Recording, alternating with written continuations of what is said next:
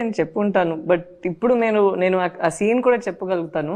ఆ statue scene ఉంది కదా, ఆ లాస్ట్ స్టాచ్యూ సీన్, అది సన్సెట్ అయ్యే టైంలో మేము షూట్ చేయడానికి ట్రై చేస్తున్నాము. నాకు అదే ఫస్ట్ టైం నేను క్యారెక్టర్లో ఉండలేకపోయి అక్కడ ఏడుస్తూనే కూర్చున్నాను. తను వచ్చి నా షోల్డర్ పైన ఇలా స్లాండ్ చేసి చెప్పాలి, చాలా నొప్పిగా ఉంది, నేను పడుకుంటాను కొంచెం సేపు అని. ఒక్కొక్కసారి నేను విన్నప్పుడు డైరెక్టర్ గారు నాకు అక్కడి నుంచి చెప్పారు, ఏడవకూడదు కదా, దాని తర్వాత ఇందు ఏడవకూడదు.